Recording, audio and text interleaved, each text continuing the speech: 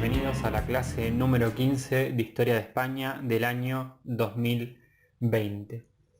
En esta oportunidad nos vamos a centrar en la Inquisición española, que es un tema que tiene muchas aristas, es un tema complejo y que también tiene una mitología asociada muy fuerte, y por eso es interesante abordarlo y ver cómo se complementa esta institución tan particular, este santo tribunal, con la estructura del Estado y con la idea de una monarquía centralizada, como veníamos analizando en la clase anterior.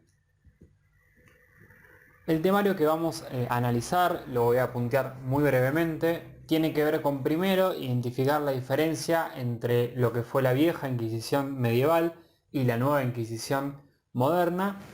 Después vamos a ver algunas características principales de la Inquisición, como cuál era el objeto de persecución, cómo era la estructura organizativa, cómo era el proceso para llevar adelante esos juicios contra personas acusadas principalmente de herejía, y después vamos a ver qué implica esto.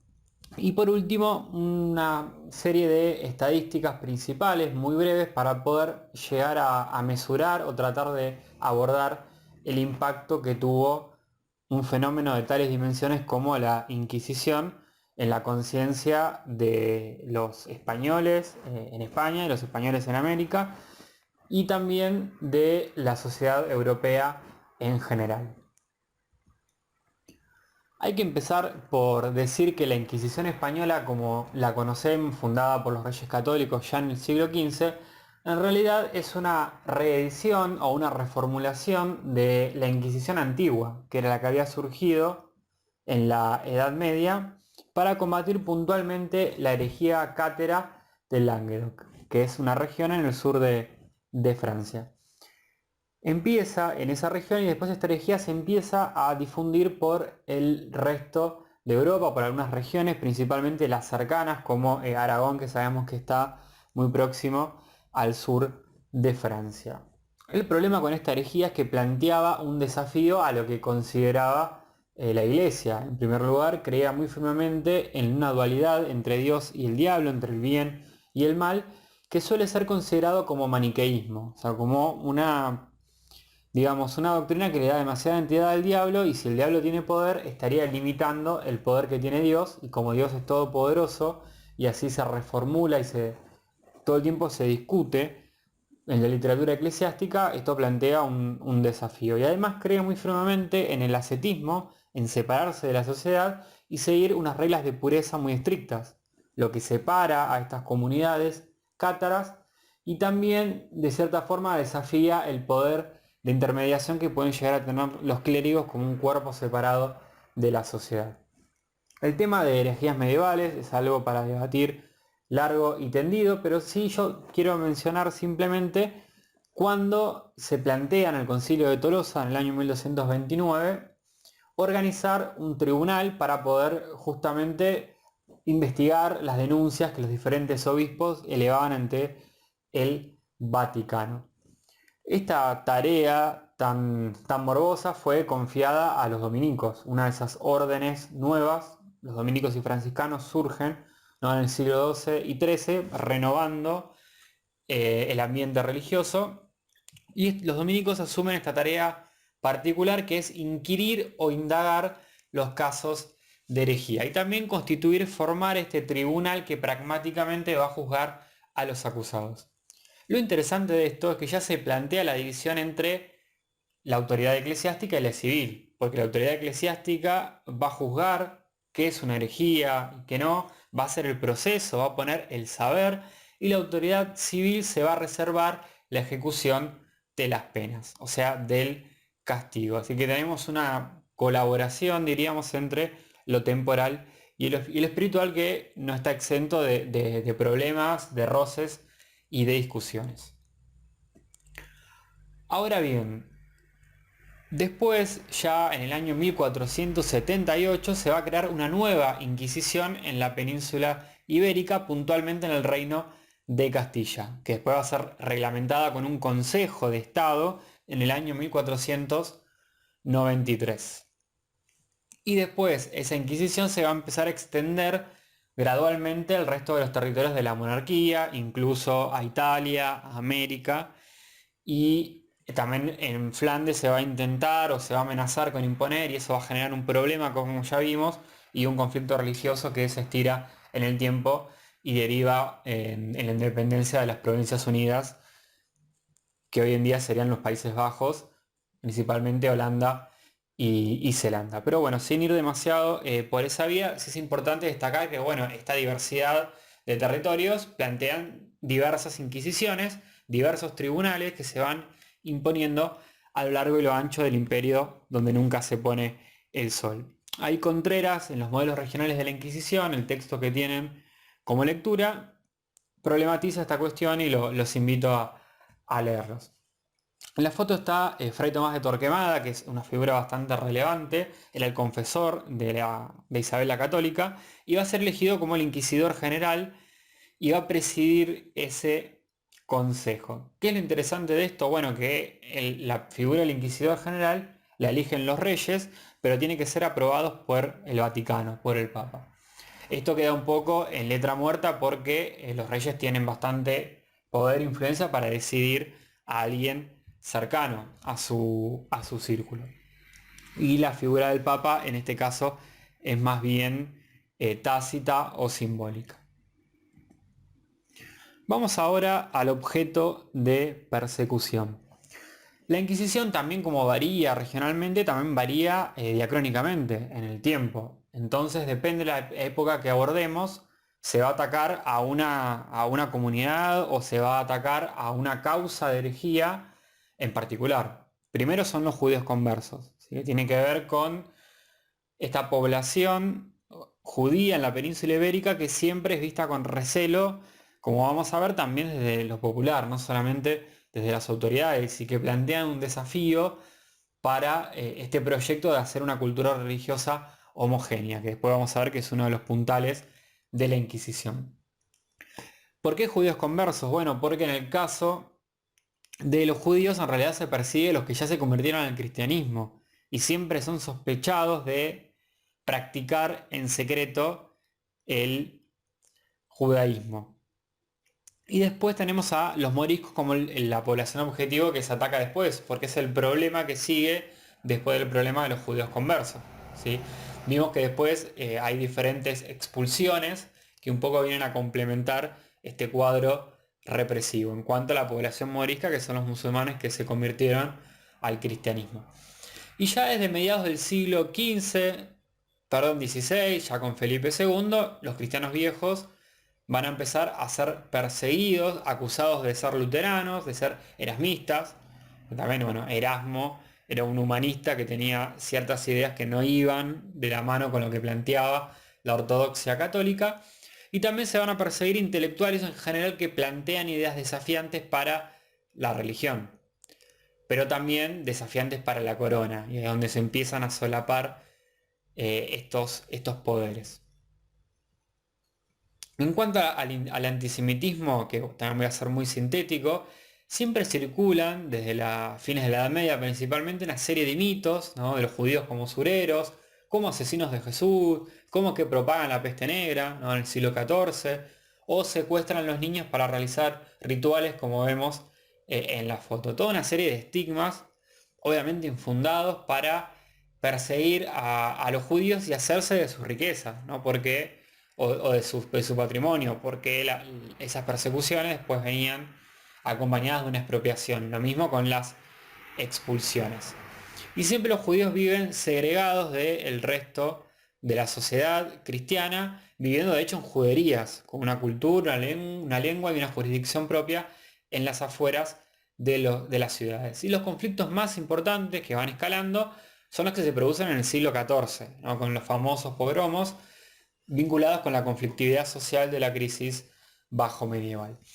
Y a raíz de esos problemas, en el año 1391 se va a producir una conversión importante de judíos que intentan de escapar de estas persecuciones, y ahí van a aparecer estos cristianos nuevos que después van a ser perseguidos por la Inquisición. En 1492 los reyes católicos van a expulsar a los judíos, los que se refugian en Portugal se van a empezar a llamar marranos, y también como un término despectivo, ¿no? Que también viene, bueno, de la idea de suciedad, de cerdo, etcétera, etcétera. También tenemos una persecución en cuanto a los libros, a la literatura. En un principio se van a intentar censurar los libros que son judaizantes, o sea, con enseñanzas presuntamente hebraicas, con la brujería, con los libros que tienen algún tinte de hechicería, de brujas o de brujos. Y ya en el siglo XVI, a medida que la reforma protestante toma cuerpo y es una amenaza, van a empezar a ser perseguidos los luteranos, los calvinistas o cualquier otra disidencia heterodoxa, como los anabaptistas y otra serie de colectividades religiosas que también sería interesante verlas. Y también se va a perseguir el misticismo, que también es visto como una desviación. Si quieren también buscar algo sobre misticismo, Doña Teresa de Jesús es muy conocida, que como este movimiento plantea una relación directa con Dios a través de una experiencia mística, diríamos que roza lo de la brujería, y siempre va a ser un problema. Va a tardar bastante el Vaticano en canonizar a Teresa de Jesús, por ejemplo. Y en el año 1551 es cuando se crea este índice de libros prohibidos de la Sagrada Congregación de la Inquisición, que ahí tenemos la portada, ¿no?, como foto ilustrativa. Ahora vamos al tema de la brujería, que me parece muy interesante, y muy brevemente voy a hablar de esta cuestión. ¿Por qué muy brevemente? Bueno, pues si vemos el gráfico, no tiene un peso tan importante en España, ¿sí? Vemos que, por ejemplo, cuantitativamente, tanto Alemania como Suiza son los países con una mayor proporción de juicios y también ejecuciones por brujería.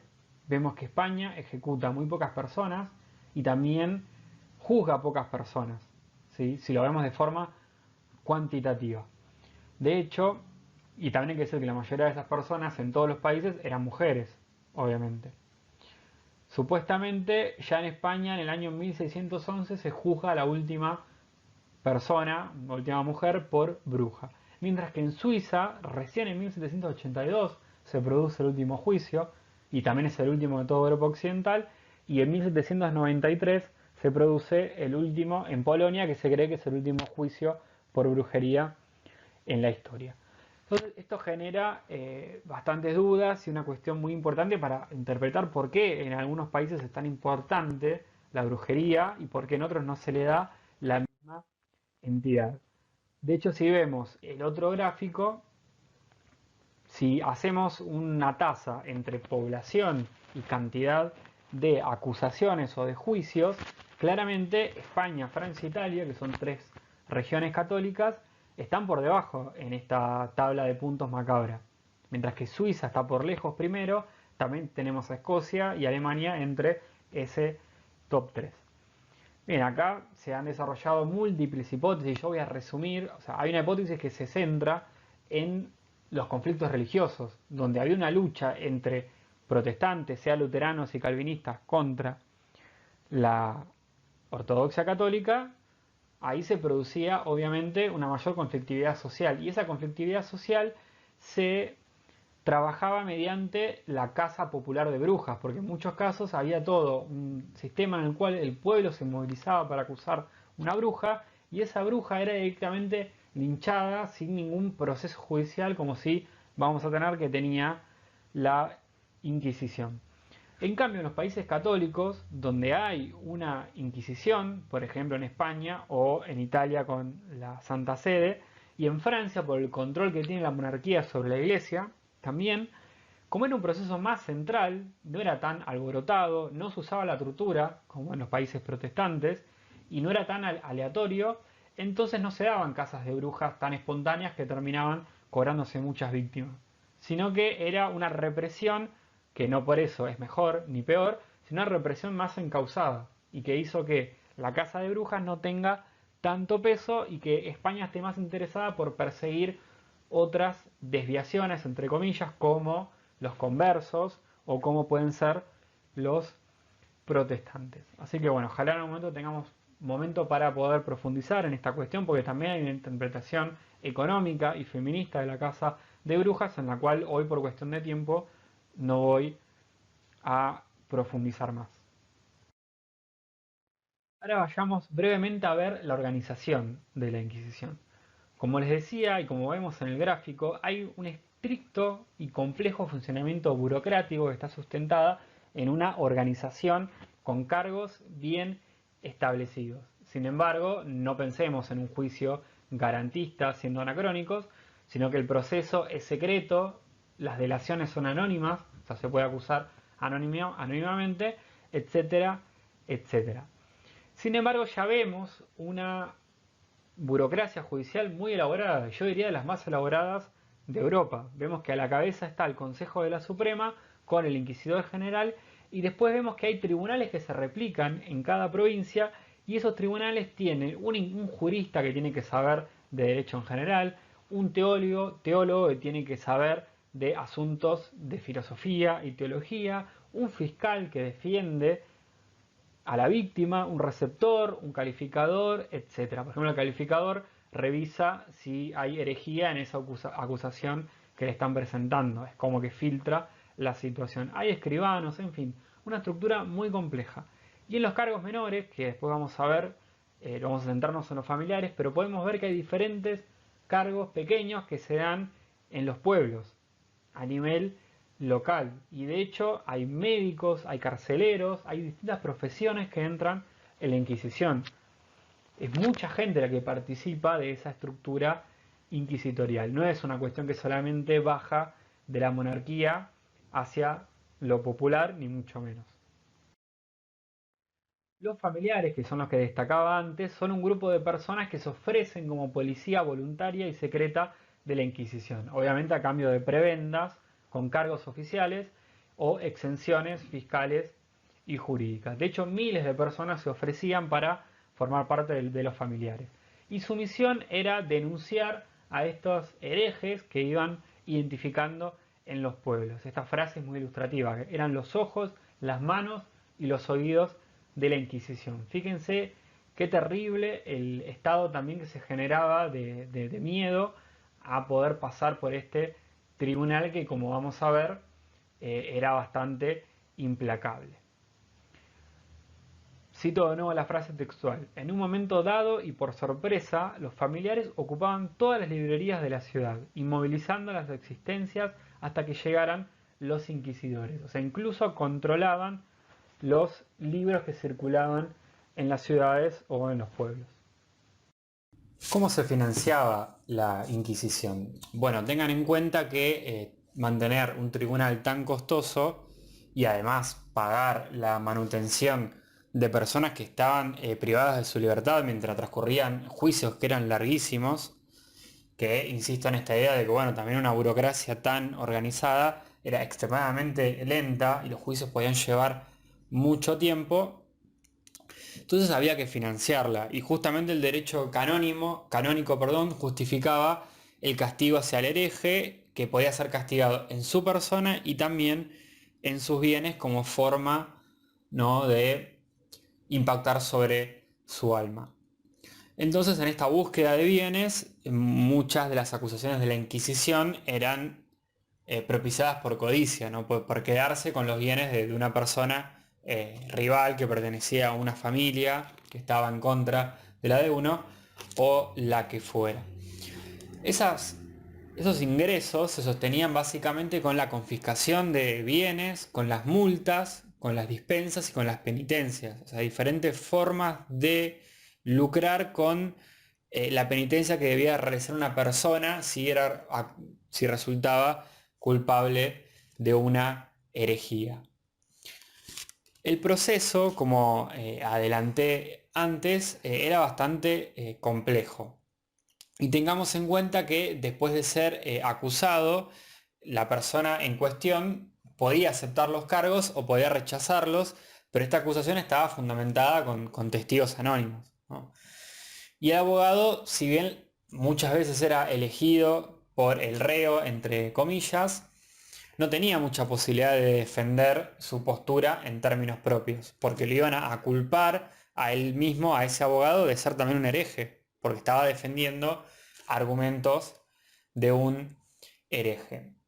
La medida más efectiva, una de las más viejas y que sigue siendo efectiva, es alegar algún trastorno pasajero, alguna alteración de la conciencia, como puede ser estar embriagado, que bueno, dijo lo que dijo, hizo lo que hizo, porque estaba bajo efectos del alcohol o bajo el efecto de desequilibrios nerviosos y mentales. En otras palabras, declararse no apto y así poder esquivar el juicio desfavorable de la Inquisición.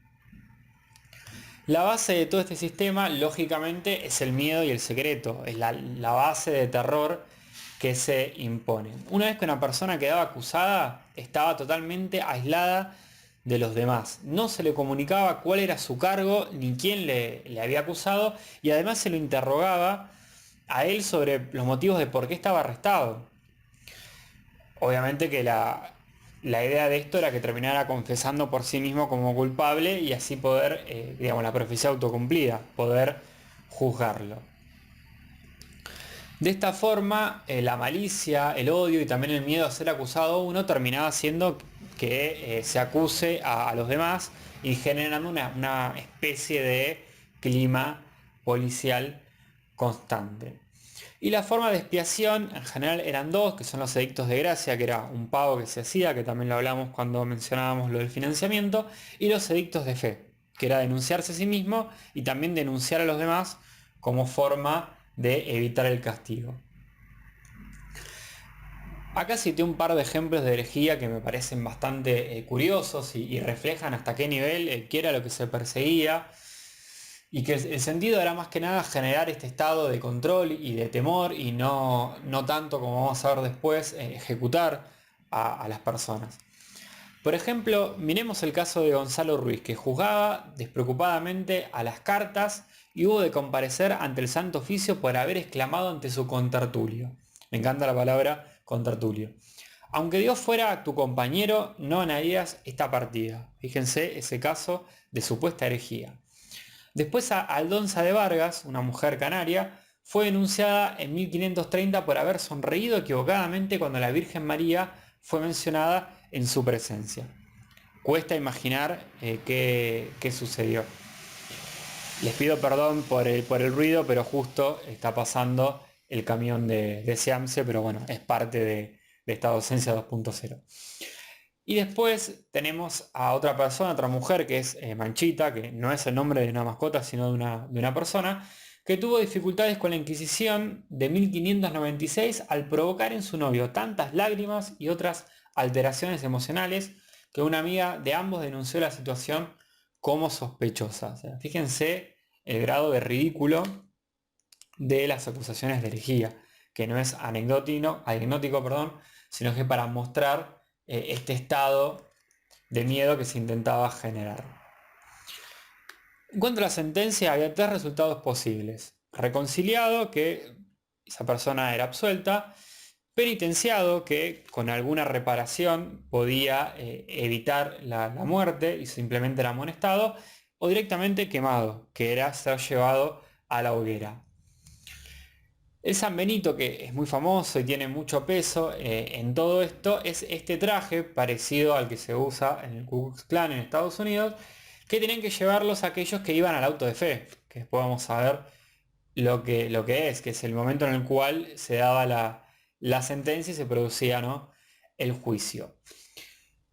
En ese caso, el auto de fe era negro y tenía algunos símbolos alusivos a la suerte del condenado, como fuegos o demonios. O cuando esa persona estaba penitenciada era amarillo con la cruz de San Andrés, como vemos a la derecha, que también la cruz de San Andrés es el símbolo de la monarquía hispánica. Había que llevarlo durante un tiempo prolongado y los vecinos podían, ¿no?, mofarse, burlarse y escupir, insultar a la persona que iba con el San Benito. Era tremendo. Y quitárselo era una falta grave, uno quedaba en el ojo de nuevo de la Inquisición. Y no solo se castigaba a la persona, sino también a sus familiares, porque esa túnica quedaba colgado en la catedral del pueblo. Algo tremendo y que perpetuaba la infamia en la memoria familiar. Acá tenemos el auto de fe en esta pintura que me parece fantástica, que muestra como el auto de fe es lo que entendemos por un espectáculo público, ¿no? Que está gran parte de la población mirando lo que pasa en el estrado. Ahí podemos ver a los juzgados con el San Benito en el medio. Acá le podemos hacer un poco de zoom para ver cómo ahí arriba está, ¿no? Los clérigos y la justicia de la Inquisición, lo cual es tremendo.